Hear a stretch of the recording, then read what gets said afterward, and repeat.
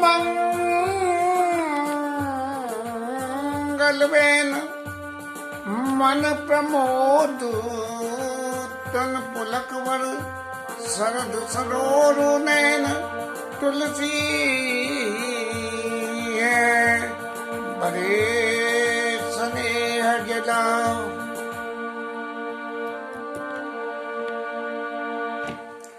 कल की कथा विश्राम में भरत जी के आगमन का समाचार सुन के और राम जी के हृदय में जो लक्षण प्रकट हुए यहाँ तक की चर्चा हुई थी।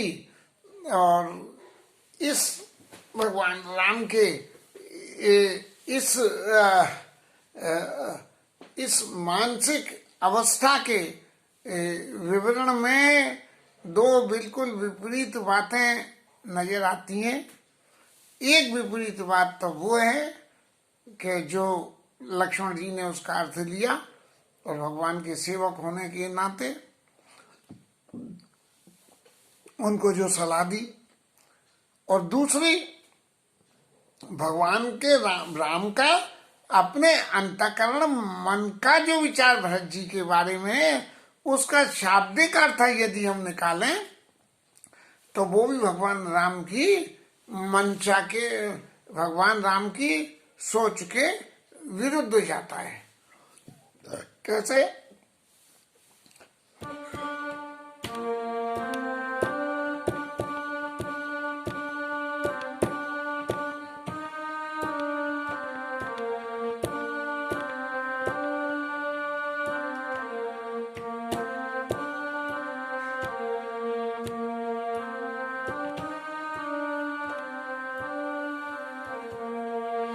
भाऊरी सोच बास भेसिया बरनु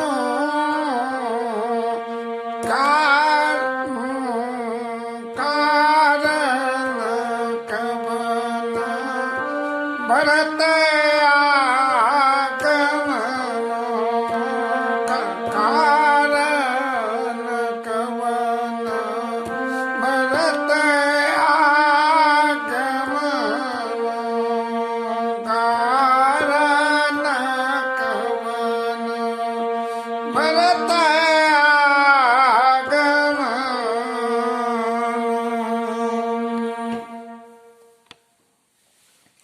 इधर तो सीता जी ने ये कहा कि एक बड़ा विचित्र स्वप्न दिखा, एक बात।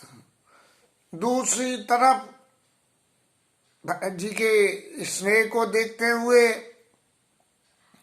भगवान राम के मन में जो भरत जी के प्रति स्नेह है वो उछाल लेने लगा कि देखो भाई मेरा आ रहा है, तो उससे मिलने की जो चित्त की अति स्नेही से मिलने की बहुत उत्कंठा रहती है। अब बहुर सोच बस भेसिए वर्णु।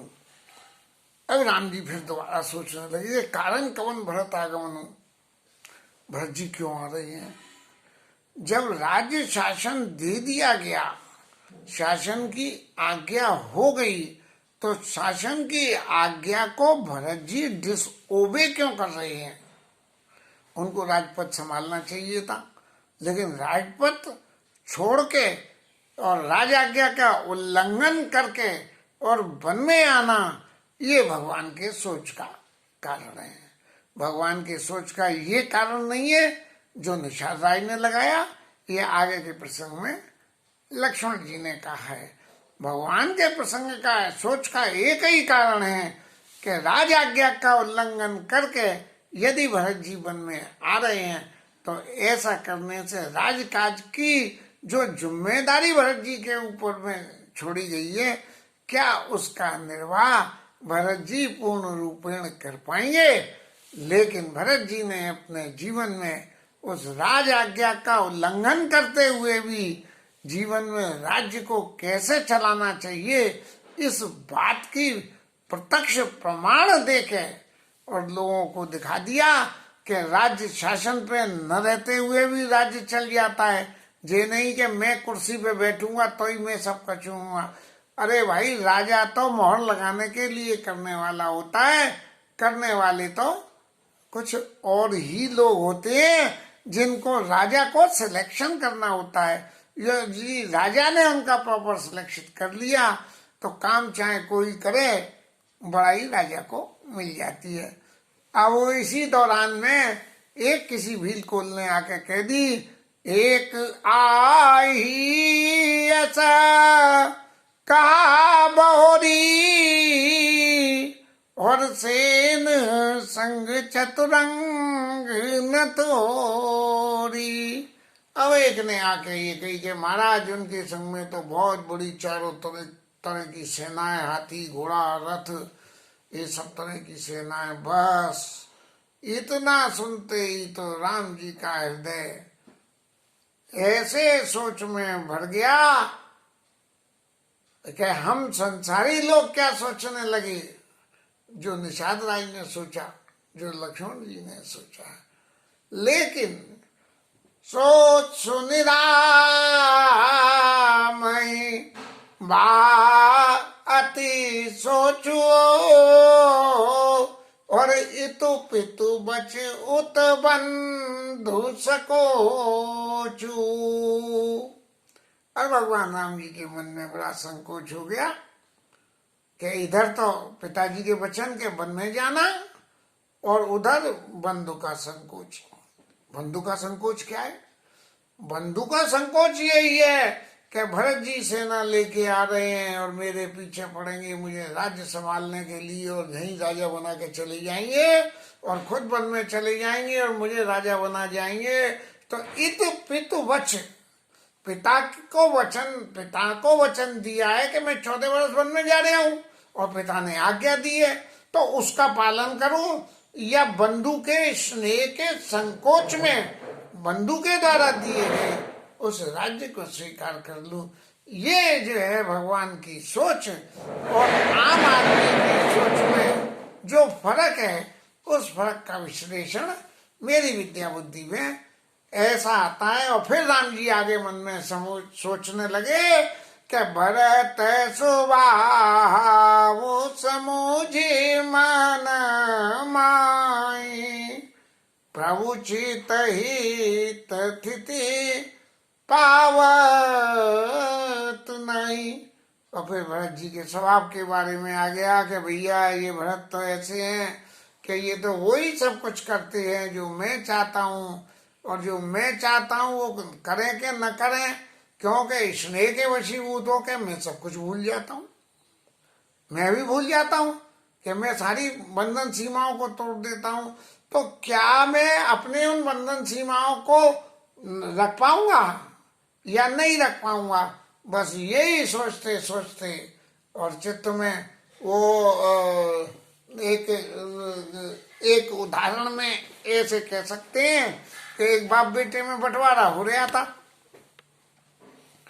और बाप बेटे में बंटवारा हो रहा था तो बेटा आटा चांटी कर रहा था और पिता क्या कह रहा था, अरे भाई जिसे पाला पोसा सब कुछ कराया, आज इसकी मति फिर गई है, अब जो इसको जिद कर रहा है तो दे दे यार, छोड़ इन बातों को कि क्या है क्या नहीं है।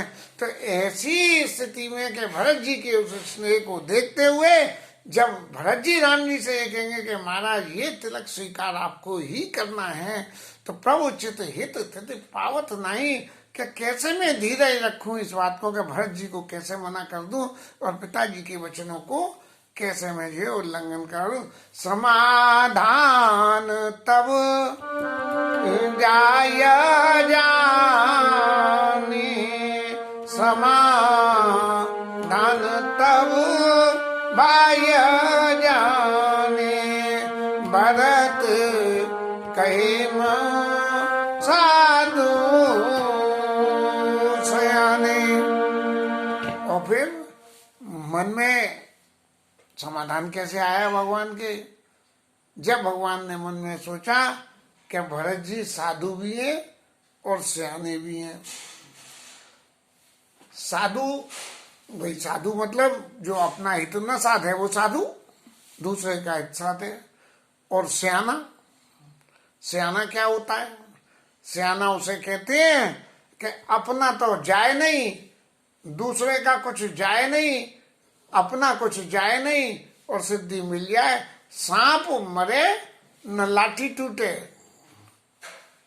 और काम सिद्धि हो जाए, इसका नाम होता है सियान। भरत कहे मऊ साधु सियाने, भरत जी साधु भी है और सियाने भी हैं।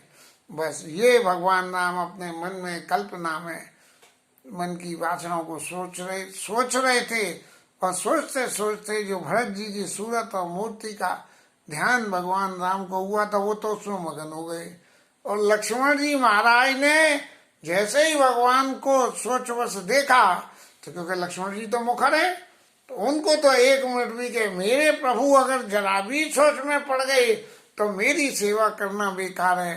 तो ऐसी सेवा करने के लिए लक्ष्मण जी ने तुरंत अपनी प्रवृत्ति के अनुसार और लखन लखे प्रभु हृदय कबारू रामाय हृदय कबारो कात समय समानीति विचारू ओ कात समय समानीति विचारू। अब जब लक्ष्मण जी ने, उनकी तो शैली भाई इस पार या उस पार वाली शैली है, तो फौरन लक्ष्मण जी ने कहा कि मेरे प्रभु के चित्त में क्षोभ पैदा हो रहा है, इस क्षोभ का कारण क्या है, इन सबको करे स्वामी तो सेवक सोई दूषण कोट दे किन कोई। मुझे तो प्रभु का हित करना है और हित की बात जो मेरे समझ में आ गई वो अकथ्य बात है और उसके बारे में अपनी राय बिल्कुल स्पष्ट रूप से प्रभु के सामने में रख दूंगा, लेकिन करूंगा वो जो प्रभु आज्ञा दे देंगे कि आप ऐसा कर दो। जब जब कभी भी आया धनुष्य के समय में ऐसी बात आई तो भी लक्ष्मण जी ने खूब हल्ला मचाया। प्रभु ने एक बार भी नहीं कही कि लक्ष्मण, बल्कि भगवान ने क्या करा, सैनन परशुराम जी संवाद में सैनन रघुपति लखन निवारे, मुंह से भी नहीं बोले और इशारों से लक्ष्मण जी को सैनन रघुपति लखन निवारे और प्रीत समेत निकट बैठारे। ऐसे आंख दिखा के नहीं, कहने ऐसे नहीं, प्रीत समेत ऐसे जो प्रीत समेत निकट बैठारे लखन लखे प्रभु हृदय खवारू और कत समय समनीत विचारू। बोले महाराज अब मैं जो भी कुछ कह रहा हूं वो इस समय के अनुसार की नीति है, मैं सही हूं गलत इस बात का विचार करने की जरूरत नहीं है, इस समय के अनुसार क्या नीति इस वक्त क्या कहती है।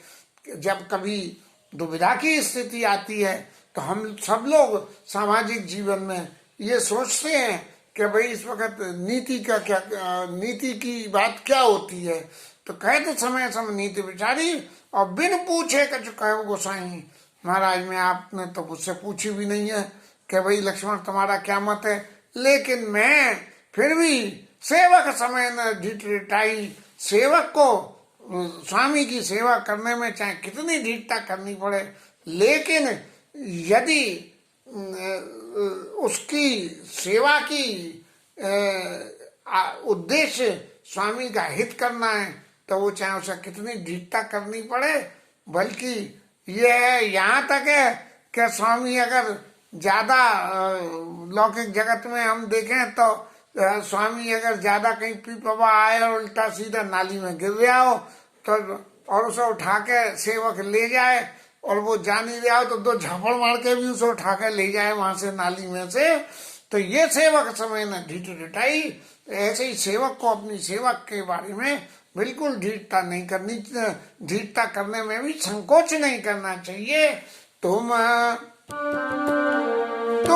सर्वज्ञ शिरोमणि स्वामी आप निश्चय मोजी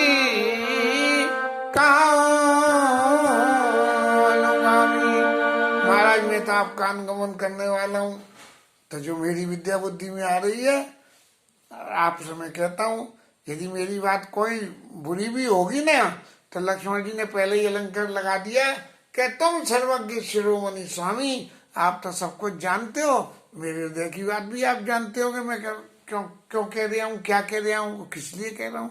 नात सुहृद सुठि सरल चित शील स्नेह निदान सब पर प्रीत प्रतीत जिय जानिया आपु समान। आप तो सीधे साधे हो महाराज, आपसे कुछ नहीं होना जाना, सबको अपना जगत कैसो के मोसो, और सबको आप सबसे प्रीति करते हो, इसलिए ये समझते हो सब भी आपसे प्रीति करते हैं। लेकिन सब लोग आपसे प्रीति नहीं करते हैं। वो कौन से लोग हैं जो आपसे प्रीति नहीं करते हैं? उनकी परिभाषा में फिर आगे कहने लगे लक्ष्मण जी कि विषयी जीव पाई प्रभुताई और मूढ़ मोह बस हो जनाई। ये संसारिक विषयी जीव जो हैं, ये इनको जरा भी प्रभुता मिल जाती है तो अपनी मूर्खता को छोड़ते नहीं है, और अपनी मूर्खता को सामने वालों को बता के विषय जी पाई प्रभुताई मूढ़ मोहवश हो ही जनाई। सामने वालों को, लोगों को समाज के सामने ये डिस्क्लोज कर ही देते हैं कि मैं मूढ़ हूं। अरे यार, बड़ा पैसे वाला आदमी है, और देखो कैसा उसने जो है काम कर दिया। लोकाचार में एक हमारे आपसी रिश्तेदारी में शादी की 50वीं वर्षगांठ मनी, बहुत लंबा चौड़ा उत्सव करा, बहुत लंबा चौड़ा खर्चा करा। तो मैंने उनसे ये कही कि भाई साहब आपने इतना खर्चा तो करा, ये 50वीं वर्षगांठ का अगर एक खर्चे का तो कोई सिद्धांत नहीं था, सवाल नहीं था कि क्या कितना खर्चा होगा, लेकिन आप उसका एक मेमोरेंडम लोगों को कुछ ऐसा देते तो बड़ा अच्छा लगता। अरे भाई ऐसे कहाँ से होता है।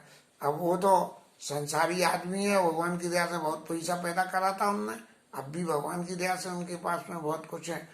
तो ऐसी परिस्थिति में मूढ़ मोह बस हो ही जनाई, लोगों को बता देते हैं कि हमें पैसा आने से हम पैसे का रंग हम पे चढ़ गया है। भरत नीत रत साधु सुजाना।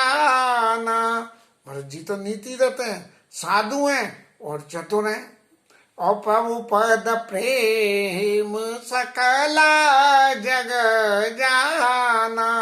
और आपके चरणों में प्रेम भी है, ये सारा संसार जानता है। फिर भी तेऊ आज राम पद पाई, चले धर्म मर्याद मिटाई।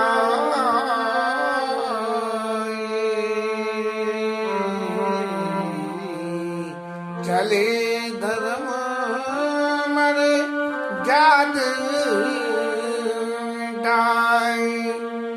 जो नीतिरत हैं, नीतिज्ञ हैं और साधु हैं और चतुर हैं, ऐसे लोग भी जो मैंने अभी कहा था कि विषयी जीव पाई प्रभुताई, ऐसे ही भरत जीव भी अब विषयी जीव की तरह से प्रभुता पाके और अपनी जो है मूर्खता को दिखाने के लिए कि कुटिल को बंद को अवसर ताकि जाने राम बनवास का की। और ये मन में समझ के वन में राम जी अकेले हैं, हाँ, और दोनों भैयाओं ने मिलके जी सलाह करी, करे कुमंत्र कर साजिश समाजू और आए करे अकंटक राजू। और मन में मिलके एक संरचना करी कि वन में जाए और जाके राम जी के संग में सब फारकती ले लगा के आए।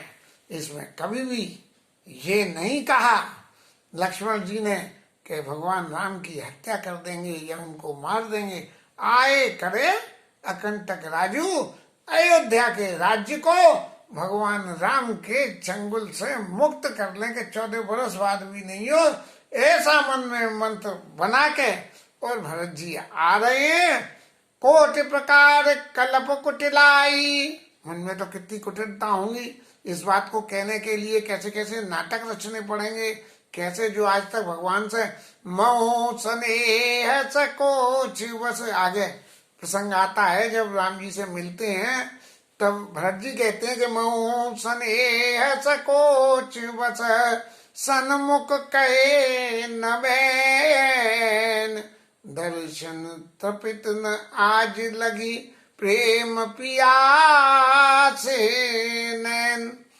जब राम जी ने भरत जी से कही, सब लोगों ने कही कि अपने मन की बात कहो, तो भरत जी कहते हैं मैं तो आज तक कभी कुछ कहा ही नहीं और भगवान के सामने आंख उठा के भी नहीं देखा। दर्शन तपित न आज लगी प्रेम पियासे नैन। भगवान के से प्रेम के स्नेह को देख के मेरी आंखों में भी इतनी दम नहीं रही कि मैं भगवान के सामने आंख उठा के देख लूं, और बात कहने की तो बात ही क्या है। इस प्रकार कोट प्रकार कलब कुटलाई आए दल बटोर दो भाई, जो जिय होत न कपट कुटाली कई सुहात रथ बाज गजाली। ये हाथी घोड़े लेके काय को आते अगर चित्त में कपट नहीं होता। अब लक्ष्मण जी की परिभाषा अपनी है, राम जी की परिभाषा अपनी है, और हम बार आदमी की तो इन दोनों के बीच में कभी इधर कभी उधर चल रहा है। लक्ष्मण जी कहें वो बात गलत नहीं है और राम जी कहें वो बात 100% सही है। अब गलत नहीं है और सही है तो फिर क्या क्या है? इन सब बातों के विवरण में हमें तो कहीं नहीं जाना, लेकिन भगवान के चरित्र को उजागर करने के लिए लक्ष्मण जी के चरित्र के विवरण को थोड़ा सा खोल के कहना। ये भौतिक रूप से लक्ष्मण जी के चरित्र में ये दिखता है कि वो भरत जी के विरोधी हैं, लेकिन मन चित्त में एक पैसे भर भी ऐसा नहीं है। क्यों? यदि विरोधी शब्दों की लक्ष्मण जी के मन में और बात होती भरत जी के विरोध की, तो जिस वक्त भरत जी जो है चित्रकूट में जाके और राम जी को पीछे से ढोक डंडोत लगा रहे हैं, उस वक्त भगवान पाई नाथ कई पाई गुसाई और भूतल परे लकुट की नाई, लकड़ी की तरह से भगवान मेरी रक्षा करो गिर गए। और ये बात राम जी ने नहीं सुनी। कौन ने सुनी? लक्ष्मण जी ने। बचे न सप्रेम लखन पहचाने और करत प्रणाम बरत झिय जाने। ऐसा मन में जान के भरत जी प्रणाम कर रहे हैं। लक्ष्मण सकुच सप्रेम, नाई में माता भरत प्रणाम करते हैं। सकुच सप्रेम नाई मही माता और भरत प्रणाम करत रघुनाथा। व्यक्तिगत रूप से हमारा किसी से भी कोई बैर हो और हम यदि सेवक हैं और स्वामी का कोई आदमी आवे तो उसके संग में हमें बैर नहीं करना चाहिए, जो सेवक का परम धर्म है। लक्ष्मण जी ने चाहे उनके चित्त में कितनी भी बात रही हो, आप उन्हें सही कहीं अनुगामी, मैं आपके अनुगमन करने वाला हूँ। मैं अपनी समझ से कहता हूँ कि भरत हमें उपचार न थोड़ा, कहाँ लग सही है रही है मन मारे, नाथ साथ धनु हाथ हमारे। ऐसी सी बातें भी लक्ष्मण जी ने कह दी है, लेकिन फिर भी उनके चित्त में जरा भी इस बात का वो नहीं है कि मैंने जो कही है वो मैंने नीति का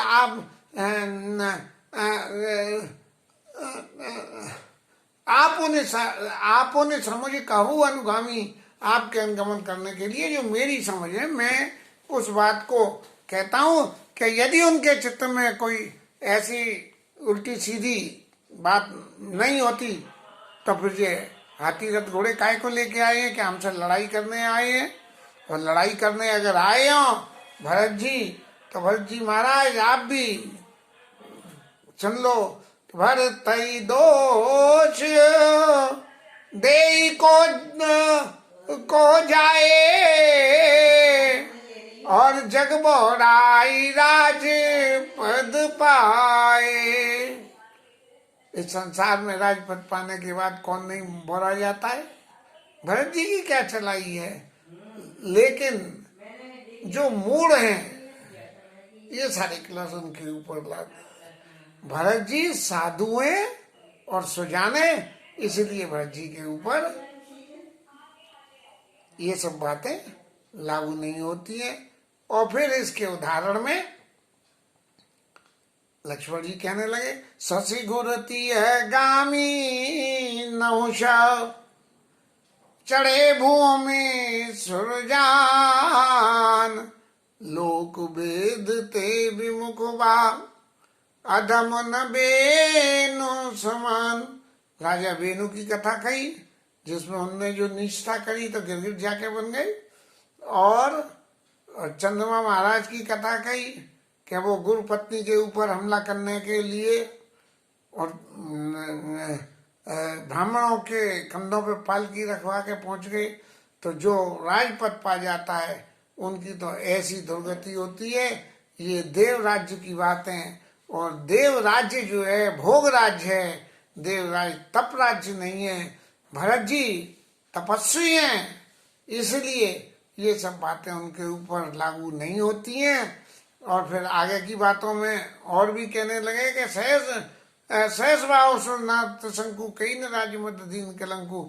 अब सबरे दुनिया भर के राजा जिन्होंने मद करके राज्य शासन का और उद्यम मचाया, उन सब की बातों का जिक्र करने के बाद अब लक्ष्मण जी ऐसे रोष में आ गए, ऐसे चित्त की भावना में आ गए कि अब उनके अंदर भी अपने सेवक होने का अभिमान पैदा होके आ गया।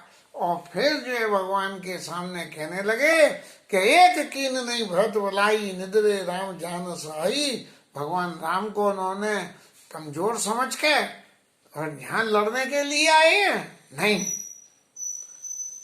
समुझ पर सो आज विशेषी, सन्मुख समर सरोज राम मुख पेखी।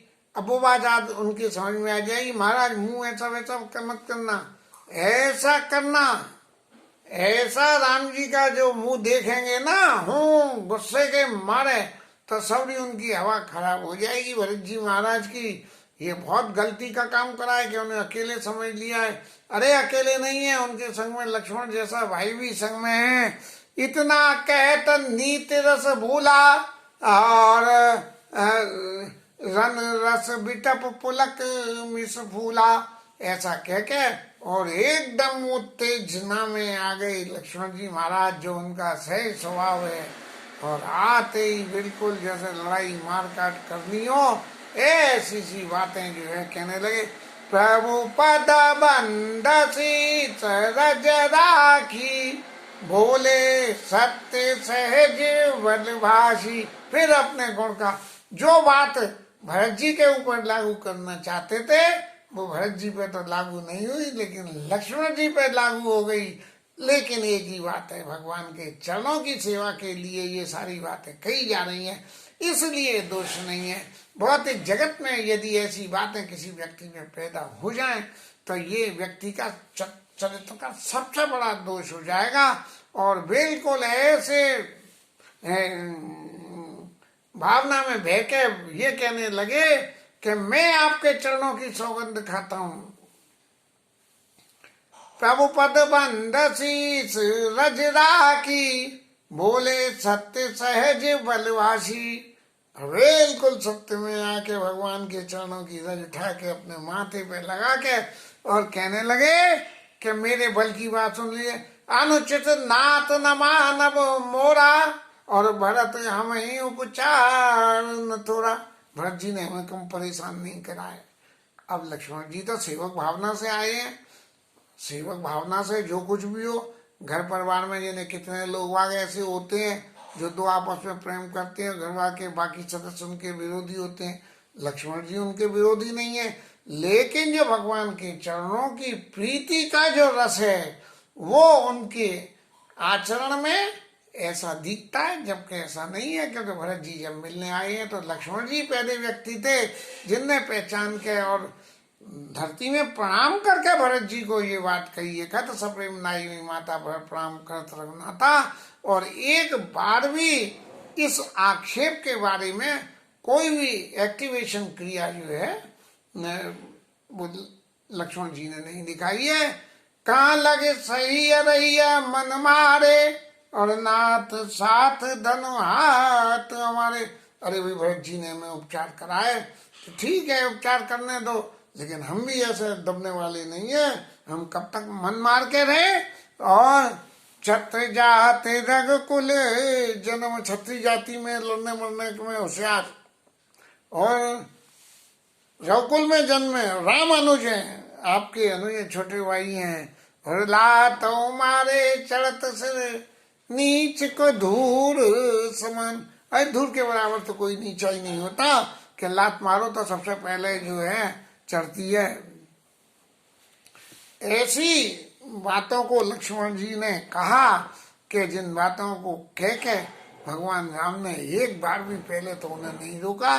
क्यों कि मन का उनका गुबार जो है वो अगर भरत जी के प्रति निकल जाए, ये बहुत अच्छी है। भरत जैसे हैं वो मैं जानता हूँ, लक्ष्मण जी जाने ये न जाने। आगे लक्ष्मण जी की प्रतिक्रिया को कल वर्णन करेंगे। तब तक कथा विश्राम।